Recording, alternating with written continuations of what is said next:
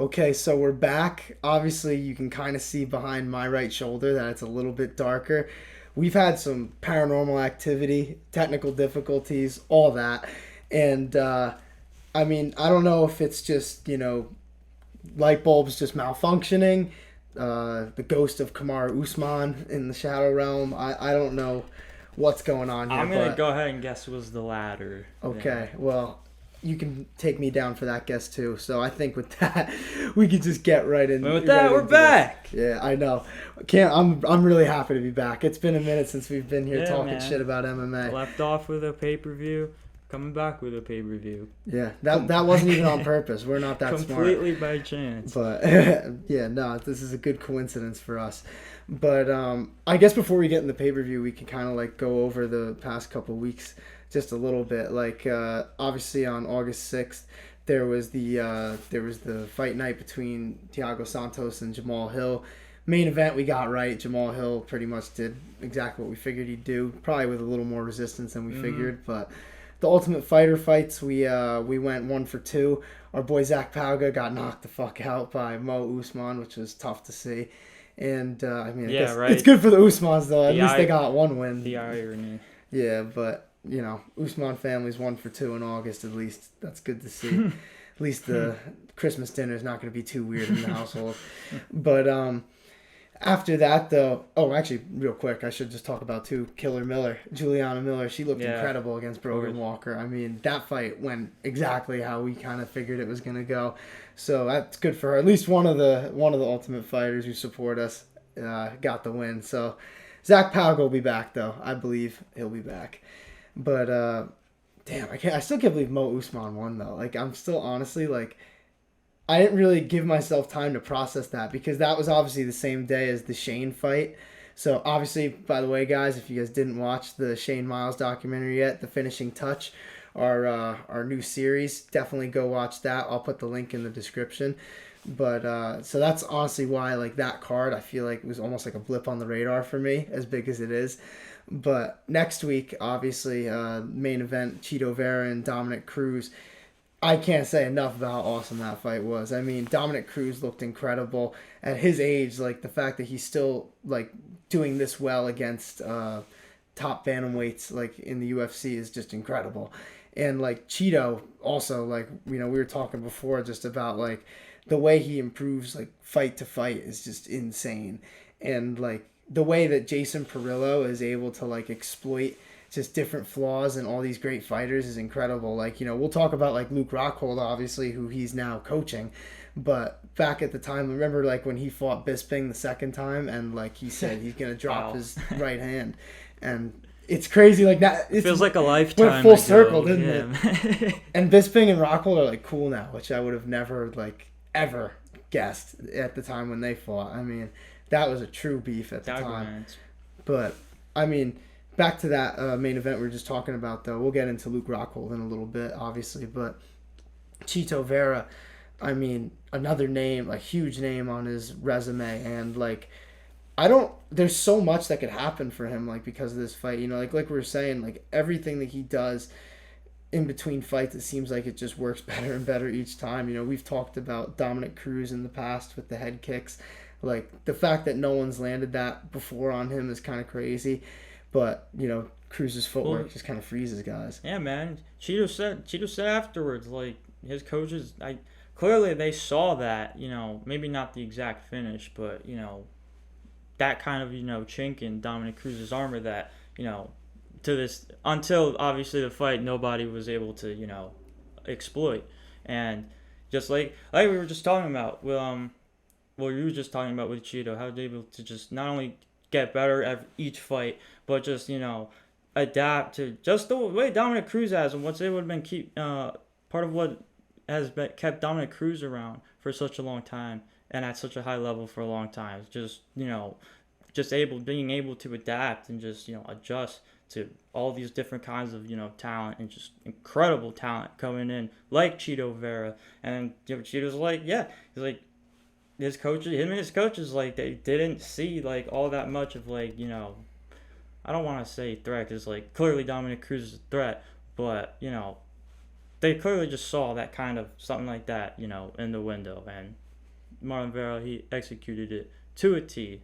And there you go. Just like that, he has a win over Dominic Cruz under his belt now. It just keeps rising. The fact that he's the first guy to do that to Cruz really is just incredible. It's like scary. Like, I don't like one of top bantamweight contenders right now. Like, they need, you can't deny like Marlon Vera right now. Yeah, no, I mean personally with him, like I kind of want to see how the O'Malley-Yan fight turns out, and I feel like if O'Malley wins that fight, that's the rematch you gotta make. Believe he's gonna be watching that fight.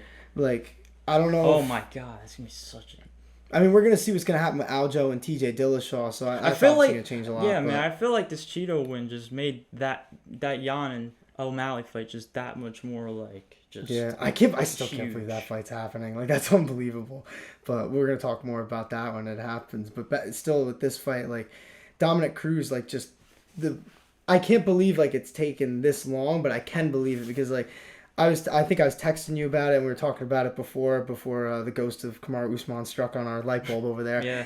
But we were talking about just like how Dominic Cruz like came up with the footwork that he came up with, and like it's just I feel like it's always just an interesting story to tell. Like when he got into MMA in like 2005, there was no bantamweight division. There wasn't really a featherweight division either. And he was fighting legit lightweights, and at the time he only weighs like 145 pounds, like with like before the weight cut. So you're fighting bigger guys, and he's like, I can't get hit no matter what. The division was like its own like catch weight, type of thing, which is like crazy at the regional level at least. Yeah. Like it was definitely a tough road for Dominic Cruz. Like it wasn't as easy as because nowadays there's all these divisions and people still want more weight divisions. Like tell Dominic Cruz that fighting at 155 as a 135er, and like that's crazy. Just I love like listening to him break down how he made it up to like just using wrestling technique, like because you're always moving your feet, switching the stances, and then also just incorporating boxing and just kickboxing, all these different martial arts into it, and like. Now that's just why he's evolved so much over time, and he's just so unpredictable. And I think that's honestly why no one's been able to exploit like such a clear flaw like in his head movement. But that was just an incredible fight, and like I can't wait to see either guy fight after that. And even in a loss, like Cruz's stock didn't go down whatsoever. But I guess we can get into the events of last night, the fantastic pay-per-view. That was UFC 278, and that main event, I guess like I'll start it off before we actually like kind of get into it. What would like Rogan was saying last night that it could be like the greatest knockout like if you in UFC history if you weigh all the stakes. I feel like there's like a lot of recency bias in that. I'm not saying he's wrong, but I'm saying like I feel like I got to think about it more. But off the top of your head, what do you think? That's kind of a thing with Joe Rogan in particular, if we're being honest. He's very, and which makes sense. Like he's literally octagon side, cage side, calling the fight. You see the reaction every time after a knockout like that. Like clearly, like in the moment, like he's gonna be like, that was the greatest thing I've ever seen. But no, I don't agree. I think it is very much recency bias, which is. It's very, but as far as I mean, if we're gonna factor the story into account, like Leon Edwards just rode to that, and obviously like how the fight went, he was clearly like, "This is it. There's like 2 minutes left to go. Like all Kamaru Usman needs to do is not get knocked out." Even DC was like, we were writing your obituary. Like, that's what he said to Leon after the fight. And I'm like, I couldn't have put it any better than that. Like, that was perfect. Even us, like, I remember watching it. Like, we were just, like, kind of standing there. We were getting ready to go. Like, we were still watching, but we were, getting our shit together. I missed it initially. I had my head turned. I was talking to someone, and then that's it.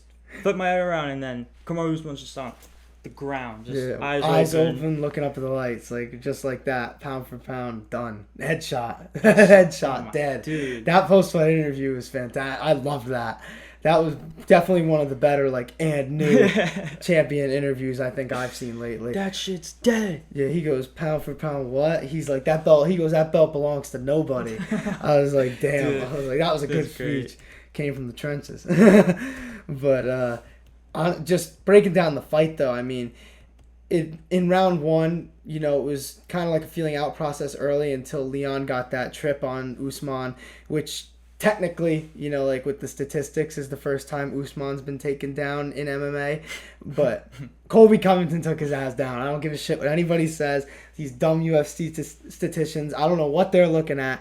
But that one, I'm not even saying that this takedown didn't mean more, because obviously Leon did a lot with it. But Colby took his ass down. That needs to stay on record. But so Leon Edwards becomes the second person, in my opinion, to take down Kamaru Usman.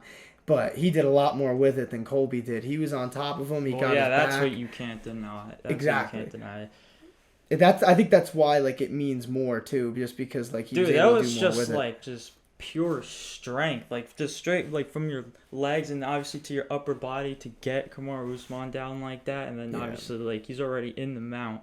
That was just Leon's clinch game is underrated, man. I mean, once again, like I just said, I missed the knockout initially, live when it happened. But that was in that moment, it was this you can't you just got a guy you just can't count out ever with Leon Edwards. For him to pull something like that, wasn't obviously clearly nobody obviously statistically it is the first time Kamaru Usman's been taken down. Obviously nobody's unless obviously you're a Leon Edwards diehard fan, he's Leon's gonna be the first official one to do it. He did it, but obviously have your whatever you want with whether or not it was actually the first time or not. Completely fair. I agree with you, by the way. Hey man, if you watch a wrestling match, that would have been 2 points, right? That would have been 2 points. He got his ass down. It doesn't matter. He had him for enough time that it was a takedown, if you ask me. UFC scoring is weird sometimes. Yeah, I don't know what the statisticians are really looking at sometimes, but I guess back to this fight, obviously, because we're going on a little bit of a tangent there, but Leon obviously won round one just with all the control time, the back control too, obviously. Yeah. But Usman, to his credit, this is why he was the champion that he was.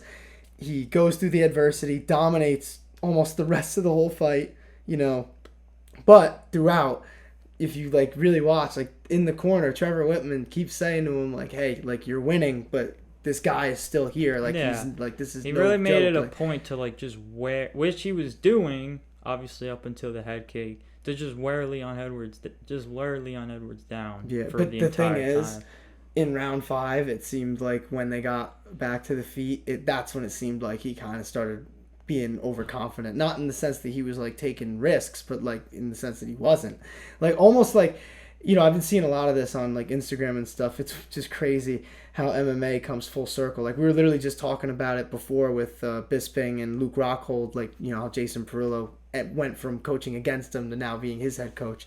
But in this case, Leon Edwards, you think about his fight with Nate Diaz, and he was dominating that fight the whole time and almost gets finished within the last minute of it. And you go to this fight, and that's exactly what happened here. Usman, up really big late in the fight, starts resting on his laurels a little bit, and Leon just got him. It was in the way he set it up was just beautiful, by the way. His striking is outstanding. I even said I thought Usman was gonna win, but I knew that if this fight stayed on the feet, that Usman was playing a really dangerous game, and he really just suffered the worst possible loss that you could get in MMA, really, with a head kick like that. But either way, just the way that he set it up, with those leg kicks to really start it, and that was what Usman just kept trying to sweep him away, get his legs back so he wasn't really absorbing them, and he didn't really have any protection for his head, and then he just kind of lulled him to sleep with all those leg kicks the whole fight. And even he mixed some to the body, but not too many. So it was just amazing the way he was able to control it and keep it low the whole time up until when he needed it, which was right there, and you got him clean. You can see Usman's hands aren't even up. They're down defending the leg kick as he's getting kicked in the head. Yeah, and he's out cold. Just beautiful, beautiful knockout. That's it. Calculated, methodical, and executed. And there you go. We have a new welterweight champ. Which, if beforehand I told you, I was Leon's got to be the chosen one, because if he's not, then who is? That's it. Usman would have cleared out the division just like that, the top of the division just like that.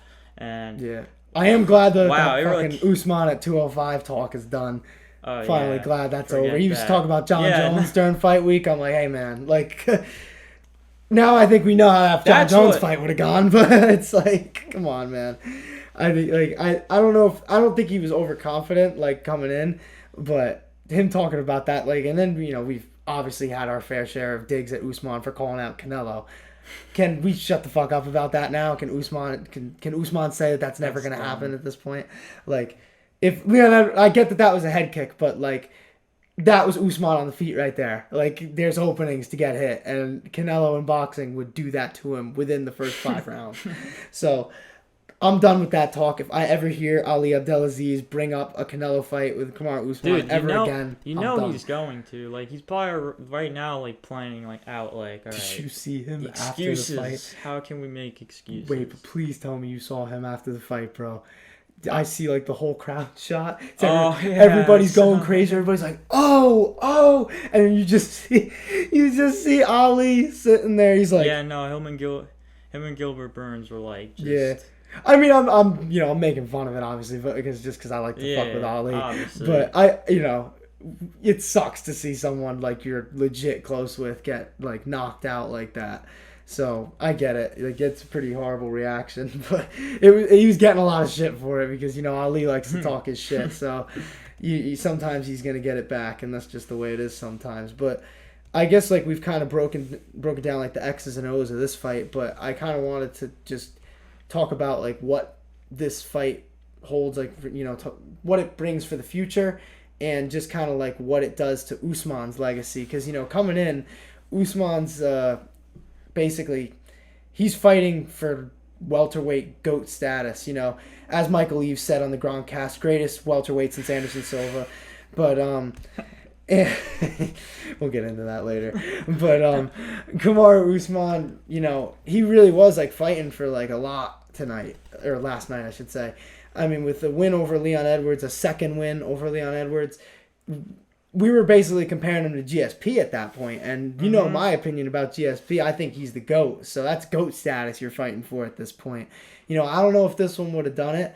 Obviously now after the fact, it's basically just derailed it. But, Usman, what do you think of his legacy right now, right after this loss to Leon Edwards? Man. I mean, what I do want to say is I feel like it's going to be like not forever, like, Conor McGregor type of like, for a long time, but I think it's going to be a little while, at least for like, obviously, because, not the champion anymore. You're not, you don't have to put I mean, obviously, you could, if you wanted to vacate, you could, but obviously, not a champion anymore. Like, if he wants to, because he's obviously going to have to work his way back there, That's really all. I don't know. What it's I all think about. he's getting because Dana. I don't know if you heard Dana after the fight. Dude, when I heard this idea being floated out there, I thought about it and I was like, oh, this would be so nice. Edwards versus Usman 3 in Wembley Stadium, dude. Yeah. Like that. While I said like Joe Rogan saying that's the greatest knockout in MMA history might be a bit much. Them talking on the broadcast about Edwards versus Usman 3 in Wembley Stadium being the biggest UFC fight of all time, that might be, in my opinion. Like, I get that, like, Conor and Khabib and, like, big fights like that were huge for, like, the casual audience. But, like, in terms of, like, the stakes of the sport, and honestly, even the casual audience at this point, because I feel like a lot of people know Usman. At this point, a lot of people know Edwards because of this knockout and the win over Nate Diaz. Just like, and in Wembley Stadium, like, the stage there is the biggest it's ever going to be. It's going to be Paddy Pimblett in the pay-per-view too. He'll be there. And like, I feel like that event would be gigantic if that were to happen. And if it does, like, that's it. Like, I don't think we would see a fourth fight after that. Like, there's no reason for it. That's exactly, a trilogy. Unless it's a draw. I think that would be it. Like, this is deciding, like, just what a fight. So much, yeah, man. Now I'm really thinking about it. It's like, holy shit. Like, I always figured if anybody was going to headline a Wembley card, it was going to be Conor McGregor. But the fact, like, this works. Like, I'll take a huge trilogy. Because, like, I get that, like, we're in the middle of his career and it's kind of hard to, like, dissect it right now. But even with this loss, like, this is kind of why I wanted to bring up Usman's legacy. Like, in terms of, like, who he is, as a person and like what he means to like his people like back in like Nigeria, like going there like he does, like it's almost like an Ali type run that he's having like in this division, like because he's built himself like from like a guy who was just outspoken, like calling everybody out, nobody wanted to fight him, and then he's built himself into this pound for pound like just almost GOAT type status already, and his career's not even over yet, and he's already being talked about in these conversations. And like that's why when I think like truly, I'm not even like just saying this like for fucking clicks, like I'm just saying this because I feel this way, like Edwards versus Usman 3 gives me like Ali Frazier 3 type feelings, like those types of trilogies, like Fury Wilder, like the big boxing type trilogies. That's what this makes me feel. A stadium with these guys, like I see it, like I can see it. Yeah, because Usman, he's such a star. With an English world champion headlining, like it's amazing. And then you think about all the other UK stars that the UFC has on the roster right now with Paddy Pimblett. I don't know if right now it's going to work out with Molly McCann timeline-wise because she's due to get her ass kicked in November by Erin Blanchfield. But, Paddy Pimblett, I would love to see him fight at Wembley. Oh, my God. Could you imagine that motherfucker in Wembley? Yeah. Jesus. Dana would find it. Like, if Paddy is available, like, it's got other guys like Darren Till, like, hopefully he can get healthy for a card like that. I'd love to see him fight in Wembley. Dude. Sweet Caroline and Wembley. Oh my God, we need that. So like, it's just this is that was a big moment. Like while I think that Joe Rogan might be a little bit like exaggerating a little bit, like with the greatest knockout of all time. That still was a huge moment for the sport. As far as like comeback stories go, like that's definitely and just who it was against. Like that wasn't just any champion. Like that was Usman. Like at this point, like Usman, like we've obviously said that we think that Volkanovski is number 1 pound for pound, but that didn't mean I thought Usman wasn't on the list. Like Usman was number 2, so he just knocked out like one of the best fighters on the planet, and in a comeback win like that, like just what a main event. Like that was awesome. I loved every second of that. Like the fact that we now have a new champion at welterweight and it's Leon Edwards, and we're talking about a huge trilogy fight in Wembley Stadium, like with a superstar like Usman and an English champion in Edwards. Like this is huge. Like the welterweight division is back. Number 1. You can't write it any better than that. I know. I love it. Like, the welterweight division just got busted wide open again, and I can't wait for it. So, I mean, I guess with that, I don't even know what else to say about the main event, but the co-main event, that's another one that had me at a loss for words when we were watching it. Like, just, I don't even know where you start, because, like, Paulo Costa obviously had that impressive win, unanimous decision. He was beating Luke Rockhold up, but Luke Rockhold going out like a true just warrior. Like, if there's any way, because, we've talked about this plenty of times, how MMA legends in the UFC, they get, basically served on a silver platter to the young talent. And that's basically what happened with this fight, too. But Luke Rockhold basically said, I'm not going out like that. And just, I don't know what he channeled, but, like... He channeled something, dude, because you clearly saw, like, the first round... at least Luke Rockhold he's tired. Like that's 3 minutes in, dude. And he's gassed. Like they're in Utah and all that stuff, and it's just like you clearly like you're watching in the moment. It's like dude, like Luke Rockhold doesn't have it tonight. And like Paulo was really landing a lot of shots too. He took him. Remember, and he took him down too. And we were like, that was that's just cold. Like that's just to make a point. Then John Anik was like, that is just the second takedown of his UFC career. I'm like, damn. I was like, way to just put it out like that. But yeah, no, I mean, and he just I don't know what he tapped into either, because like that was just from just getting obviously his nose busted up, and then just obviously as gassed he was, he's literally having his hands on his knees during the fight and all that. You just never see that nowadays. And like just all the moments that they provided. He was just fighting. That's it. Like there's a dude in front of me. He's trying to finish me. Like okay, I'm not gonna get finished. See, I love fights like this. Like there's fights that like they're competing, and then there's fights like this where it's just two dudes like they're just that's a fight. Like That was a fight. you know, we could talk all we want about technique like we did in the main event, but like, dude, that was a fucking dog fight in every sense of the word. That, you know, that's my fight of the year. In my opinion, there's a That's a couple good fight of contenders. the year candidate, Like man. Hamzat and Burns is another one that comes to mind. Obviously, the one fight that happened, I think it was last week, was Nate Landwehr and David Onama. That was another great fight. I don't think too many but people would agree with you in this sense because, you know, it's one-sided. That's kind of why, but kind of in that sense, and also just seeing at least, you know, especially in Luke Rockhold's case, just like he was tired in the first 4 minutes of the fight, and you just gotta slow, you know, went the entire way, but it was just so slow, like they were hardly even hitting each other. And it's I can't, bro. The reason why so much more than that, like the main reason why Paulo Costa was despite not getting beat up as much as Luke Rockhold, and the reason why Paulo Costa was so tired because Luke Rockhold was touching him up too, and he got hit for. Was it his own? How about Luke Rockhold in round 3 spitting out blood and then hitting him with a straight right and wobbling him and saying "fuck you" right before he hits him? Like that, you can't make this shit up. Like that's right out of a movie. Like this is why fights like this is why I love this sport so much. And moments honestly like the main event too. All these things. Just this card just reignited it for me. The nut shots too, the low blows. Dude, because that one it not only once but twice. And then the second time was Luke, you have to take your 5 minutes, man. Minute and a half. He's so tired, let's bro. go. He's like, let's go finish this fight. That was a bad nut shot too. That was an uppercut from Paulo Costa, just straight to the cup. He just gave everybody a show, man. It was I'm not gonna make everybody, just wait here and whatnot. We're gonna he just threw all caution to the wind and didn't get finished. Yeah, that's that's what I'm saying. Even Paulo Costa was people say he's got no chin, but hey, he's got a chin. And just everything that going into this fight, Luke Rockhold fight week, talking all about the fighter pay and stuff, and how he wants healthcare benefits, and really just angry it seems, and talking in a real way about his past mistakes, mentally, in fights like the Bisping fight and Yoel Romero fights, just. He was very real, and you could see that going into this fight he was coming in with a good mindset, and I like that coming in, even though I thought he was going to get destroyed, but he did a lot better than everybody thought he was going to do.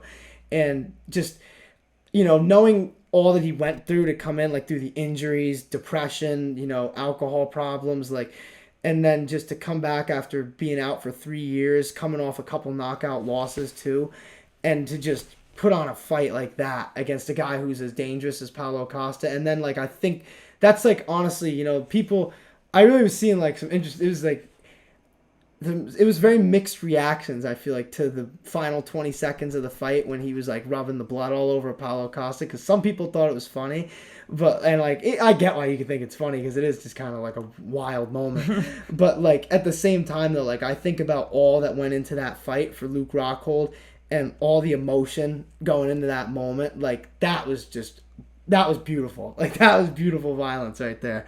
I love that. And for Luke Rockhold, for that to be the end of his career, that moment right there, that's a true that's a warrior right there, going out on his shield. That was unbelievable. And even in a dominant loss like that, Luke Rockhold just showed everybody why he was great for all these years. That's a true dog right there. I loved it, man. I loved every second of that fight. And that's really that's it, man. You got.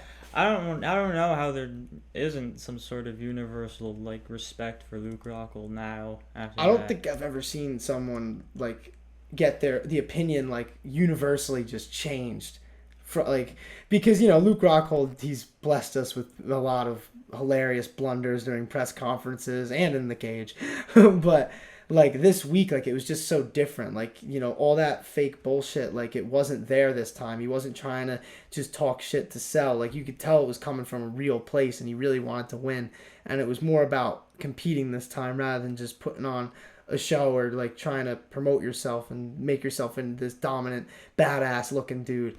This time it was a very real Luke Rockhold, and I liked that a lot. And I think a lot of the fans were starting to enjoy it during fight week. And then just to see him just, talk about leaving it all in the cage, that was it right there. He going out on that, there's no better. I mean, obviously you would have liked to get the win, but in terms of a loss, like there's no better way to lose than that. Like going out on your shield, everybody's talking about how much of a tough badass you are, and you didn't have to say nothing like this time. Like nothing during fight week. Like, remember with Bisping, like, I'm a fucking samurai.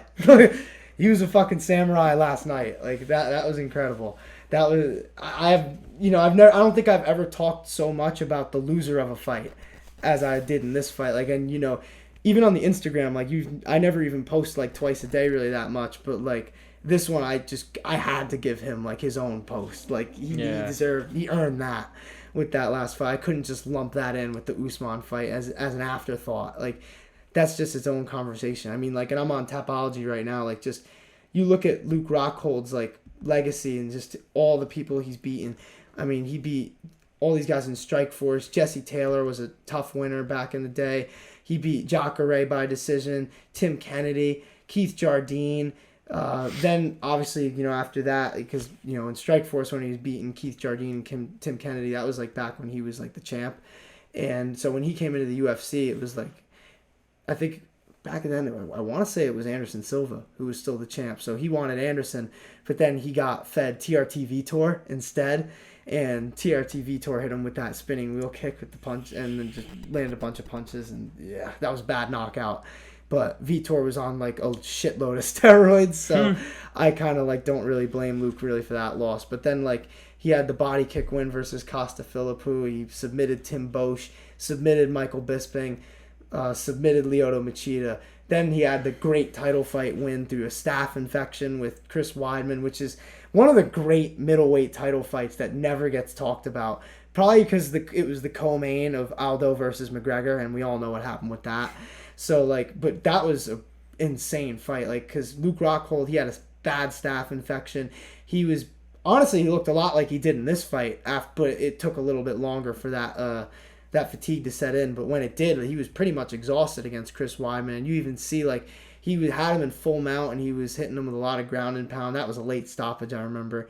But Luke, like, even after that, he literally falls off Chris Weidman, like, because he's exhausted. And it's nuts. But then after, at that point, people, like, because this is what I'm saying, like, it's kind of, like, gone out the window with the way his last few fights have gone. But at this point, like, Luke Rockhold, people were saying that this dude was going to be champ for a long time. Like, he was so well-rounded. His kicks were insane. I mean, his grappling, even to this day, his grappling is phenomenal. But, then he obviously got knocked out by Bisping in that fucking crazy main event. That was one of the biggest upsets in MMA history. And, great moment, though, because Bisping being champ is something we all needed. But his last win was David Branch, and, like, that was a good win by TKO. But after that I remember he looked pretty good against Yoel, but then he obviously got fucking slapped. That was one of the most brutal knockouts I think I've ever seen.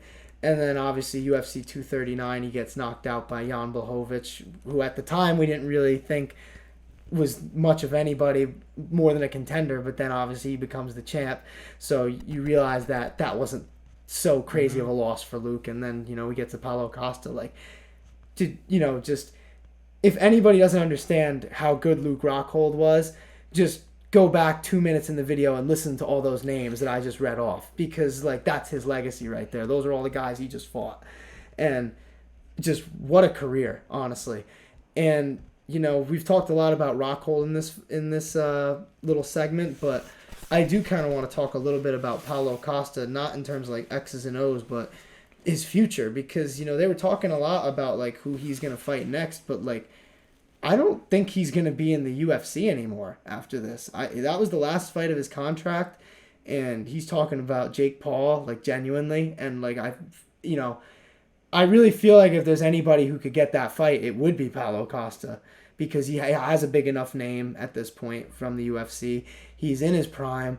That's a big fight for Jake Paul in boxing, because, like, I still think he wins it. But I don't know. What do you think is kind of next for Paulo Costa? Do you think... Because, I mean, that's my opinion. I personally think he's going to try and box. I don't know if it'll be against Jake Paul. I hope it is. But what do you think? Yeah, because I agree in the sense, because I don't think that this Rockhold win was as much of like a statement win, like really at all, rather than like truly being like beating one of these like top contending, like Alex Pieta, for instance, being someone like that, and then like, oh, like this is a step new up. contender Like that this exactly is just a win. like we really As need great to, as Luke yeah, looked. no, I think people are still viewing Paulo Costa in the same light that they did before this fight.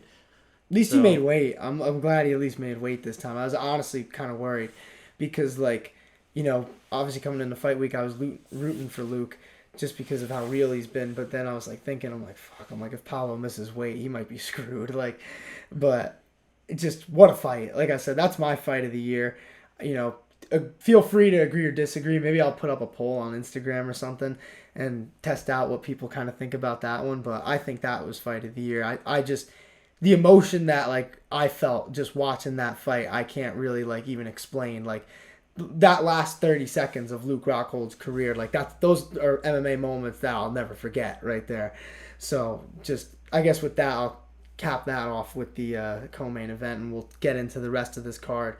But this one was a little bit top heavy, I'll be honest. But like there were still some moments throughout. I mean, we kind of have to talk about this one a little bit.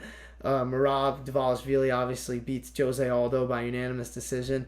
Wasn't the most exciting fight, obviously, compared to the fights that were around it. But Merab doing that to Jose Aldo, that's a statement win. If anything is. We were talking about Paulo Costa's fight, but Merab was fighting legit Jose Aldo. Like that's as good as you can get. Yeah, it's not even like Merab really brought, because he couldn't bring Jose Aldo into his wheelhouse, and you got to like speaks to how good Aldo's takedown defense is. Jose Aldo was not having any of it, and it stayed on the feet pretty much the entire fight, and wouldn't you know it, Merab got the job done, and there you go. That's like you have Jose Aldo like under your resume now as a win, like you're. So a win's a win. Like you're someone that people are like looking into and like, okay, like this guy could be like a problem very soon. I mean, that's my feeling of it. A win's a win, and a win over Jose Aldo, especially like the way he's been looking lately, is incredible. And like either way, like it was a good showcase of like what he does. I mean, like fans got to get used to it. I mean, that's his style. He shows pace and wrestling pressure. And if he can't get you down, he's going to hold you up against the cage until you can't do nothing. Like, you can't do nothing about it. Like, that's just his style. So, although, I didn't, like, he's standing up against the cage, yawning, like, trying to get the fans to boo and stuff. But, like, at the end of the day, you got to get out of there. Like, he's doing something effectively. Like, he's not taking you down, but he's controlling you. So, I get that he's not doing much. But he was, though. That's the thing. Like, I get that, like, the knees to the thigh aren't, like, finishing blows, but it's chipping away, and it's enough that they can't separate them. So, I feel like maybe in this fight, Aldo should have had more of a sense of urgency. That first round in particular, I thought Merab looked really good on the feet, especially at the end, where at the end of that round, where, it seemed like things were escalating a little bit. Like, no, he looked pretty comfortable there, and he was just... Obviously, trying to get him to the ground, and work him from there. But, you mentioned that during the fight, too, obviously, with Jose Aldo, just incredible takedown defense. He was denying all of it, but... I would have just liked to see a sense of urgency. Like, that's what he needed. Like, when he was clearly down in that fight, he wasn't doing much to, like, prevent that from happening. And, like, that's a problem at the end of the day. You can be mad at it all you want, getting held up against the cage, but it's your job to get out of there. Mm-hmm. So... Merab gets the win, whether the casuals like it or not. So he moves up in the bantamweight division. I mean, he's in a weird spot because his teammate, Aljamain Sterling, is obviously the champ. That could obviously change in October when he fights TJ Dillashaw. I personally don't think it changes, but it could. It's a good fight. I like the booking of it. But as long as Aljamain Sterling is champion at bantamweight, I don't really know what Merab does, because they're never going to fight. Like they've said, it will never happen. You're never going to see it. Don't care if it's for a title. It doesn't make a difference. That's my brother. Not going to fight him.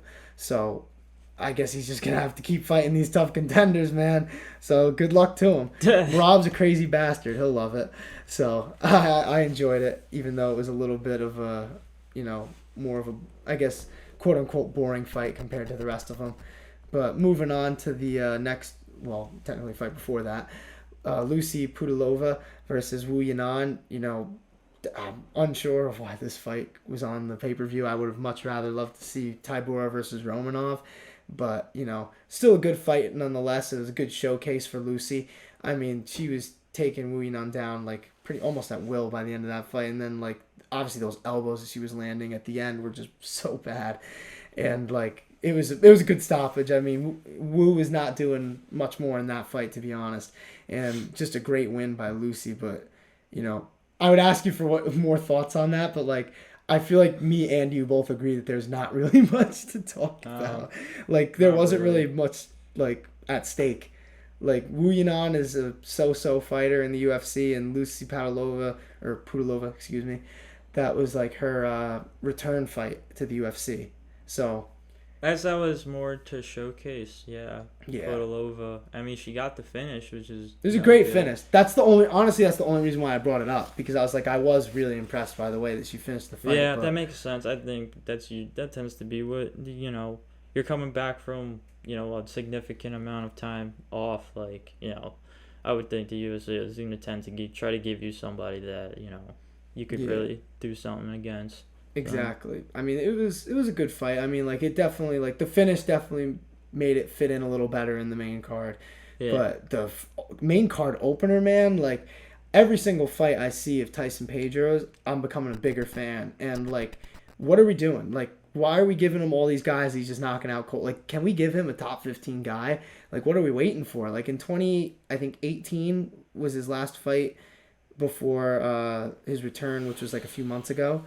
And he was, like, rising through the ranks pretty quick back then, if I'm not mistaken. And then, like, even now, he's just destroying these guys. Like, I think, like, come on, like, let's do it. Let's keep pushing him up. Like, this dude has, like, star potential. That combination that he had, man, it was just the boxing that he displayed in that 1 minute, and then that front kick just right up the middle of the solar plexus. Just, Hunsucker goes right down. Like, God makes me cringe every time. Like, Tyson Pedro is legit on the feet, bro. Like, we need to see that man fight somebody in the top 15 in the light heavyweight division. And let's see, maybe. I have the fight. Actually, let's just make sure he's not fighting anybody before I make myself look like an idiot. Let's just make sure, and then I'll say it. But I don't think... Oh. Yes. Okay. Johnny Walker versus Tyson Pedro. God, I just blanked for a second. My bad. Dude, could you imagine that fight? Tyson Pedro just can avoid getting hit in the Johnny Walker fight. He wins. And that's it. Honestly, though, that's kind of the same thing for Johnny Walker. Yeah. Like, if Johnny Walker could avoid getting hit, he probably wins too. It's just like, who lands the big shot first? I need to see that. I need that fight. That really is the big question. Oh my God. Tyson Pedro versus Johnny Walker. Please book that, please. But on to the some of the prelims. I was talking a tiny bit about this fight before because I said it should have been on the main card. But Marcin Tybura beats Alexander Romanov, and that was Romanov's first loss in MMA. I guess I'll start this conversation off like this. What did you think of the scorecards? Because some people thought the scorecards were a little iffy, but I'll say what I think, I guess, after I will hear what you got to say. But, well, I mean, I think Romanov clearly won that first round. And then, I agree. I guess from there, it's just like a damage thing, in a way. Like, just the judges were just swaying it. I'll tell you this. Tybura seemingly just got better as the fight went on. Yeah. I don't know how, because you don't need to, like, mince words with me, because, like, literally, like, the way I feel, like, I had it 29-28 Tybura. Like, I thought it was pretty clear. Like, I don't know, like, why people thought that Roman... I get, like, the first round, but, like, I don't know. Something like a split decision, I think, would have made more sense. I think it's pretty difficult to, like, get a gauge on, like... I mean, at least it wasn't unanimous, but it was a weird one. It's a tough one, and once again, it makes me glad I'm like, I don't have to score these fights and all that, and just because I just, like, a lot of people were saying that they thought that the first round could have been 10-8 for Romanov, and I did not see that. Like, I don't know where the damage that they thought there was that deserved a 10-8. Last time I checked, I mean, yeah, you saw riding being on top of somebody for 4 minutes doesn't warrant a 10-8. Yeah, like that'll So tire, and that's that'll tire Tagore out. But you know that like I said, like it seemed like he was getting better as the fight was going on, and then honestly, yeah, no, the more I'm talking about it, I lean more towards I agree with the decision actually. yeah, I don't know. I didn't think that first round was enough of a statement round to give Romanov the fight. No, I don't. Like people seemed really mad, and I was like, did we watch the same fight? Like I literally in my notes as I was watching, I put rewatch this fight, make sure you're not seeing things. But no, I genuinely it just looked like Romanov did really good in the first round, gassed out a little bit. Second round was a little close, but Tybura won it pretty clearly, I think. And then round 3, Tybura was out striking him. So yeah, I thought it was 29-28. I couldn't really get much clearer than that for me. I get the first round thing, but I don't know. I didn't think it was a 10-8 personally. That's fair. Yeah, because I get the other side of it too as to why people would think so. Yeah, it's not egregious or anything to think so, but I've seen way worse decisions. Yeah, I'll say that. Yeah, that's fair. But speaking of weird decisions, and it wasn't really to the fault of the judges, I'd say in this one, Sean Woodson and Luis Saldana ends in a split draw, but what a weird fight, because Saldana almost finishes Woodson. I think that was the first. And then he hits him with the knee as he's on his back, which was ridiculous. I'm like, oh my god. And see, this is always my argument though for why knees to the head of a grounded opponent isn't that bad. Because you saw that moment, right? Yeah. Was that bad? Did you think that was over the top? No. Exactly. He was literally allowed to continue the fight. That's what I'm saying. And then not only continue the fight, finish not finish in the sense he knocked or submitted Woodson, but he got through. He got through the entire fight in the round and didn't lose either. So. Yeah, it's just I don't know. I feel the knees to the head of a grounded opponent. I get that it could be bad sometimes, but even in one championship we saw it with Demetrius Johnson getting knocked out by Maurice. He got hit with one of those, and it wasn't even the worst thing I've ever seen. I've seen head kick knockouts that are worse than that. And even in this fight, it didn't look horrible, but I guess there's probably situations that it could be horrible. I was making a joke yesterday. This is before you came. It was thinking about the bad side of making that legal, and it was thinking of all the times that I've seen Valentina Shevchenko get women in the crucifix position, and then imagining if she had knees to the head at her disposal. I feel that'd be pretty bad. I don't want to imagine Valentina Shevchenko kneeing a woman in the face in the crucifix. I feel it's something you would. Not obviously, no one's going to purposely... I mean, some guys, you could even argue Saldana purposely, need him that way in that fight. But I feel you would need to see, more guys just doing it just because it's, you're in a fight, all right, this is, It's adrenaline. You can't... It's not something you can, actually do within, this fight being sanctioned and all that. But, in an actual fight, you're kneeing that dude you're kneeing that guy in the head, and...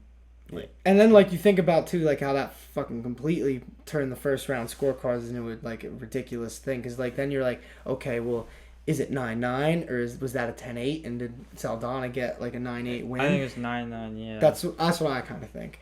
But then round 2 comes and you get even more reasons to be confused, because Sean Woodson puts Saldana in the buggy choke, which I've never seen in the whole I take a lot of pride in being able to watch MMA and know what I'm looking at. That might be the first time in years that I've been watching and I had no idea what was going on. And we looked it up afterwards. We see what the buggy choke is, because I was well, how do you score that round? Because he technically had him in a submission, but how much danger was he really in? And I personally gave that round to Sean Woodson, because I'm you technically, even though we don't know how close that was to being finished, he had him in a submission hold for 2.5 minutes. And if you think about it, if he had his back for 2.5 minutes, you would give him the round.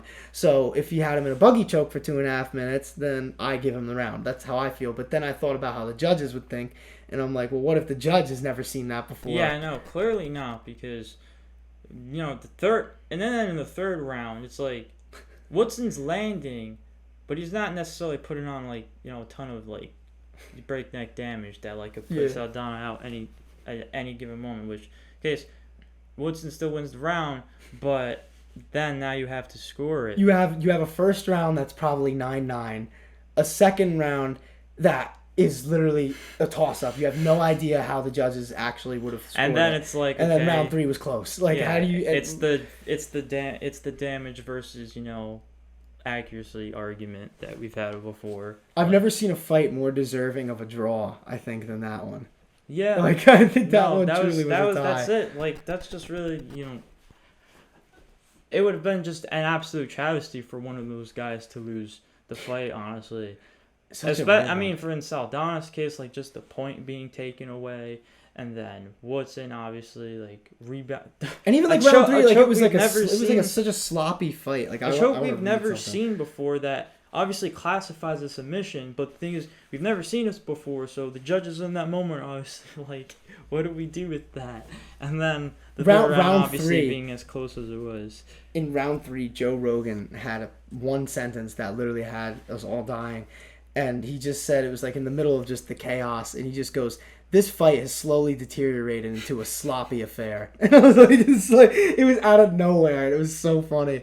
But yeah, I mean, yeah, he was right though, and man, did he not know it was coming with the co-main event? But pretty much, like, it did turn into a sloppy fight like throughout, and that's just why it was so hard to score. Like, so many weird things happen, so many odd positions, weird moments, just.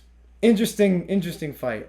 But I guess the last thing I wanted to talk about from the prelims of UFC 278 was Merab Albazi versus the other Figueiredo brother. I think his name's Francisco. But he looked insane. Like, he submitted him first round just with ease. Like, he looked outstanding, and he hadn't fought in, I think, in like a year and a half. So I think he was ranked number 11, if I'm not mistaken. So I would like to see him just get immediately like re-catapulted into like the top 10. Nice. Yeah, I feel like it's another one of those fights where you got a guy coming back who clearly like has, a lot left to give, good fight to let him showcase it. How about him versus Kai Kara France? Wow. It's a big step up, but it'd be a fun one. He's got the grappling to hang with him. The striking is where it gets interesting to me. I feel like he's ready for it. Like that's man. That's a bridge fight to like obviously getting into like the legitimate title picture. Yeah. I think that it's just more like second fight back, like, Yeah. How much does the UFC want to push that? But I just think it'd be a fun fight. Like, I feel like he's ready for. I get what you. I mean, I kind of agree honestly with what you're saying, because I feel like that's what they're gonna end up kind of like thinking. Maybe him versus like a guy. I don't know. Honestly, I don't even want to like. Well, especially in Kai Kara France's case as well. It's good that he got this win on a pay-per-view.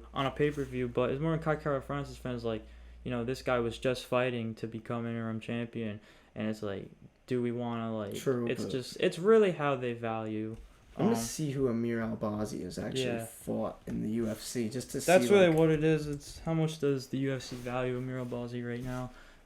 15-1. I mean, they gotta start valuing him, in my opinion.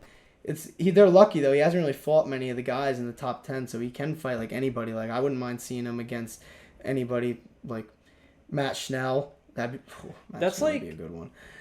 That's a great like fight night a main event. Kai Kara France and Albazi. That would be a good fight night main event. I think him versus like Albazi versus Matt Schnell would be a good co-main event. That'd be a nice 3-round war. Dude, there's some good fights for him. I think like because with lightweight classes like lightweight and welterweight, like you can kind of see like the levels between each like branches of contenders, but like you put like that little gap in between. Right. But like for bantamweight and flyweight, it seems like 1 through 15, like on any given night, that person could become champion. Like I look at flyweight and I see like guys like Jeffrey Molina, who's like number 14, Manel Cape, who's at number 12. Like, these are people who could theoretically like fight for a title and like be competitive, which is nuts. Like, you look at welterweight and you see, Michel Pereira. You're like, he's not beating Leon Edwards or Kamaru Usman. Like, it's just it's wild that flyweight has like such a great level of competition. Yeah, to they're it. just such versatile fighters throughout both divisions, bantamweight and flyweight. Yeah. Man, they're just capable of a lot of things. And whereas you increase in weight class, it just becomes more of like strength power thing. So there's so much fun to watch those flyweights, man. And flyweight, they got like that huge fourth fight coming up with, well, not coming up, but like eventually that's going to be happening with Figueiredo and Moreno. And like, I don't know, man. Like if Moreno wins, I think he's got a chance at being the greatest flyweight since Anderson Silva. I just realized what you were doing. Yeah, Oh my god. All right, let's get into it. That was- Let's get into it. Like so, I don't know how many of you guys saw UFC 278 with the Gronks, but if you didn't, you guys did not miss much. So at 9, it started at 9:00 in the middle of the prelims, and I guess I had like the one broadcast on that just like automatically went into it. And like we're sitting there, one of the guys there is a big Patriots fan, so I kept it on just for a bit. I'm like, all right, let's see what's up, even though I kind of could see where this was going. Like a bunch of casuals watching the big UFC card. What could possibly go wrong, right? And so Michael Eaves is talking to Dana White, who looks like he's straight out of The Godfather. And like they have like the shot of all of them on the bottom, and it's just like Dana in this huge chair at the top, just sitting there like I'll literally, we got to put in the picture, but then from there, like you see that Dana's like smile is slowly fading throughout the interview as he realizes how bad this is actually becoming, because there's awkward pauses, like it's miserable. You could tell like they don't know anything. Oh god. And then Michael Eaves drops one of the most casual, horrible things. Egregious, just not egregious, but I just know that he wasn't talking about like the old shoot like all the days in Brazil. He says, I had no idea what he's talking about. He says to Dana White, Kamaru Usman has the chance to become the best welterweight in UFC history since Anderson Silva.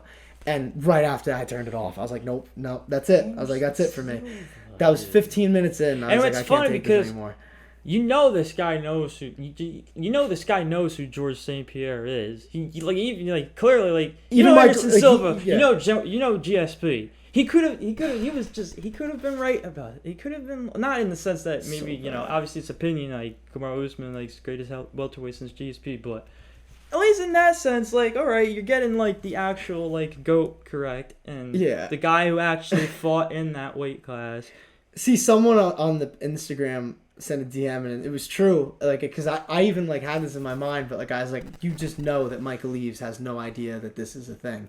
He was talking about maybe he doesn't know who GSP. Maybe no. This isn't even what I'm talking about. It's like that Anderson Silva fought back in Brazil at welterweight, which is true, but that was like the regional days, like back before, like when he was in like Pride and shit. Like that. There's no way that Michael Eaves knows that. And even if he did, there's no way that that's what he was talking about. Literally he didn't even have to say a name at all. He just been Kamaru Usman could stamp his legacy as the greatest welterweight ever tonight. I mean, like, I don't know if he was just thinking of Anderson Silva because of that one stat that, like, if Usman won, he would have, I don't know if he would have tied it or he would have broke the record for most consecutive wins in the UFC. But, like, that was irrelevant. Like, I don't know what that wasn't even part of the conversation. Then he's talking about welterweights and Anderson Silva. Like, I was like, no. I was like, I changed the channel immediately. And like, it was funny. Like, I kind of had some, I have some good predictions for fights, but I predicted that shit perfectly. Like when I saw that on my phone, the notification that Tai Tuivasa was coming on, and they showed it on the screen too during the fights. I was like, I'm not turning over to that. I guarantee you, he's taking a shoey with Rob Gronkowski. Like, you don't need to have any more than 3 brain cells to know that. Turn on the channel. What do you know? It, they've got their shoes off. Yeah, what do you know? We just missed it. And like, exactly. And then what do I see 2 hours later? UFC 278 with the Gronks, like on an ESPN notification. Rob Gronkowski takes shoey with Tai Tuivasa. I'm like, oh man, I couldn't have guessed that one. Like, fucking Jesus Christ. Like, I hope they never do that again. And like, at first, as I always do when I have like a harsh reaction like this to just fucking idiotic decisions like this, I check the Instagram comments to make sure that the internet agrees with me, and in this case they did. Everybody agreed that this was like a fucking shit show. Like, what the fuck were they thinking? Like, whatever idiot in the ESPN or UFC boardroom suggested that the UFC 278 with the Gronks should be a thing that they actually do, they should be fired. Like, that's, I genuinely think, like, it's not often that I'll be calling for someone's job, but that was fucking horrible. Like, even like if you want to say that, like, you know, just get past all the stupid casual shit, it was bad. It was a bad broadcast. They were awkward, like, pauses. It was They just got bad... the completely wrong people for it. Yeah, like, who would think that Rob Gronkowski knows anything about MMA enough to sit there and comment? Like apparently too, like, because, you know, we were watching some of it. Why this card in particular? Well, you're gonna get Rob Gronkowski to watch a fucking UFC fight night. Yeah. Well, yeah, like, but I don't know, man. I feel like just you got to think about the money that they probably threw at him just to do this, like, for a huge pay-per-view too. Yeah. I just hate it because it's like, I get that what they're doing, like, it's appealing to the casual sports audience. You know, like, you see Gronk and people love Gronk, and hell, I fucking love watching Gronk, but I don't love watching Gronk fucking talk about MMA. Yeah, but you can like, do that with the right people. Yeah, like, you don't have to force it. You know, that's what that was. Pick a boxer or somebody, like, who knows a fucking thing or two about combat sports. Like, not a football player. I will say one thing, though, that I did enjoy about it was Dana White's story about how he apparently, like, had, like, set up a deal where Brady and Gronk were apparently going to be going to the Raiders. No, but listen, at first, I thought that was cap. I was like, there's no way that's true. But then... apparently, like, because I only saw the clip on Instagram of him saying it and then nothing after, but I read the comments and I'm like seeing that, like, a bunch of people are saying the same thing. Yeah, right. And then you see, like, a lot of replies, like, people are saying he confirmed it, like, on the broadcast, like, Gronk said, like, that's true, like, and then Tom Brady apparently said something about it too, like, that apparently really happened. Yeah, how Brady was looking for houses and stuff. Yeah, like, apparently that's all true. So, like, damn, like, I mean, you know, we're veering off of MMA a little bit, but obviously me and you are both NFL fans. Like, that's a fucking alternate universe to go down. Holy shit. Brady and Gronk as Las Vegas Raiders.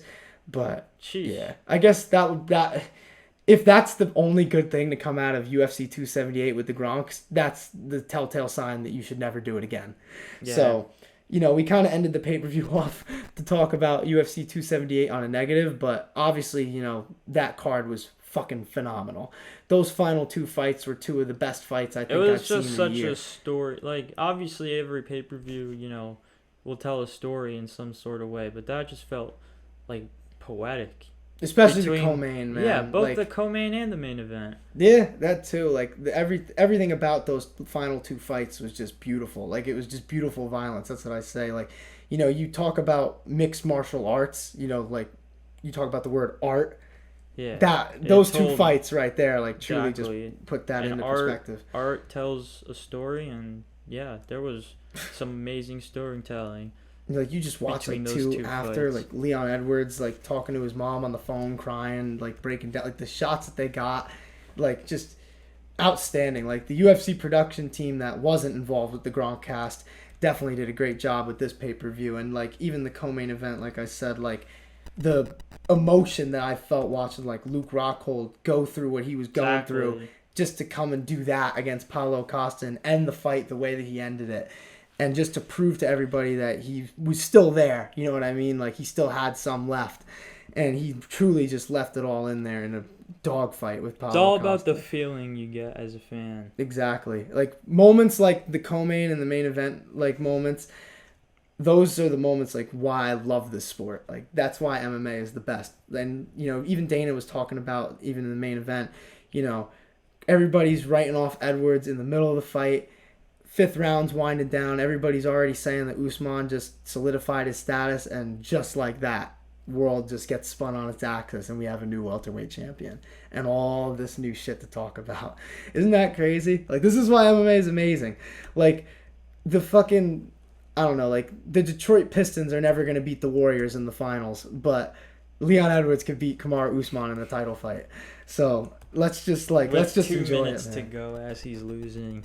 Yeah, like what a card, like what a weekend of fights, and like it wasn't even just the UFC. I mean, Kayla Harrison got a obviously predictable win in the PFL, so we're not going to talk that much about it, but good for Kayla.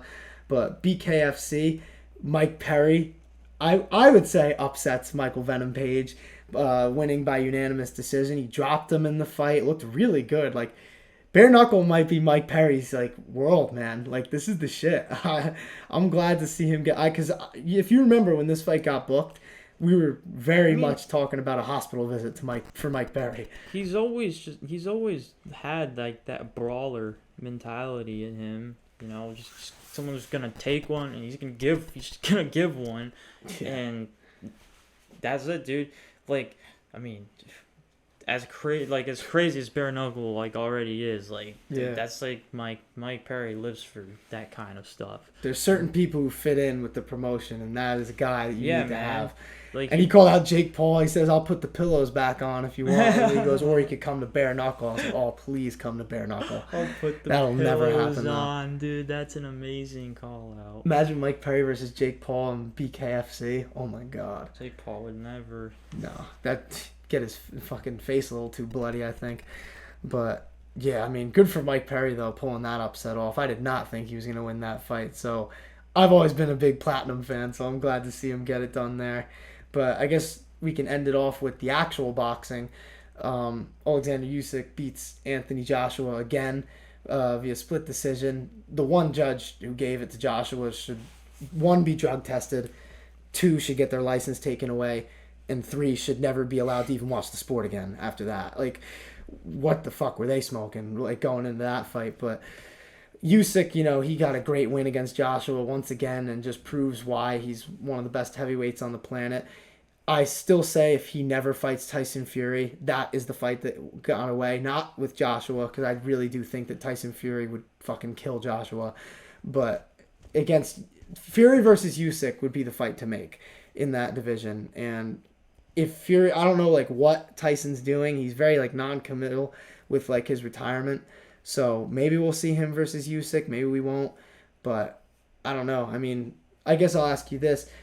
I know like me and you are kind of more like casual boxing fans. Probably more than that. I'd say we're in the middle. But where do you think a guy like Anthony Joshua goes after this? It's tough. Like maybe Wilder. Ooh. But I mean, people, it's like, what's Deontay Wilder up to these days? I think they're saying that he wanted to get a fight. I don't know if he actually got. I mean, like, you know, I'm not gonna say for sure, like, because I simply don't know for sure. But like, you know, isn't Deontay Wilder, you know, one of those guys who's just tougher to deal with? He's fighting. He's booked. He's booked. October 15th, he's facing a former WBC heavyweight champion, Robert Helenas. So he's going to knock someone out in October, more than likely, unless he's, like, completely shot, which I don't think he is. Because Deontay Wilder, like, you know, we talk a lot about, like, Francis Ngannou, Derek Lewis, because we're an MMA podcast.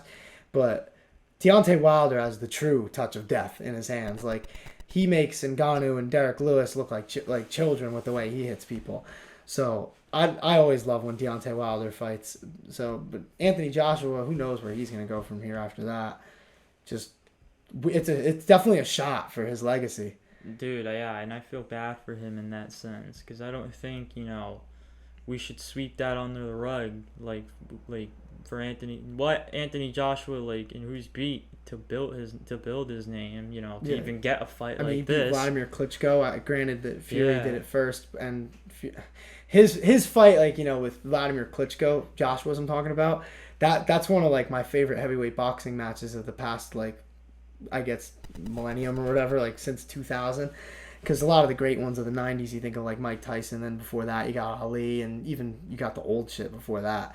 But in like the modern era, like Joshua versus Klitschko, that was a war. I loved that fight, and that's a big win on Joshua's resume, whether people want to like think it is or not, because, you know, people say Klitschko was old, and I get that he kind of was, but still he's Klitschko, and still not easy to beat. But Usyk gets it done again, and I need to see him versus Tyson Fury. Like, that's the fight.